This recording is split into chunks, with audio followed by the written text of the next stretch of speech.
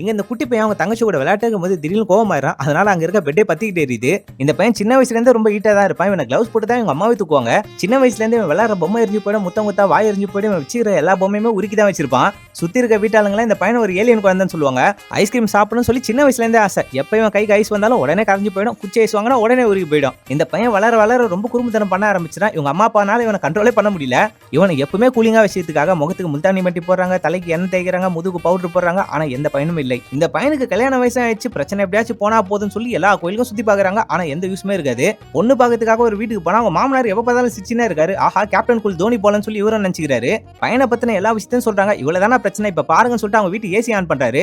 வழக்கமா எல்லார் வீட்லயும் காஃபி தான் கொடுப்பாங்க. ஆனா இந்த பொண்ணு குல்ஃபி ஐஸ் கொடுக்குறாங்க. இந்த பையனை குல்ஃபி ஐஸை பார்த்தோன்னா நம்ம எடுத்ததும் உருகிடுமே சொல்லி இவனும் பயப்படுறான். இல்ல நீங்க பயப்படாம எடுங்கன்னு சொல்றாங்க. இந்த பையனை எடுக்கிறான் பாருங்க, குல்ஃபி ஐஸ் உருகவே இல்ல.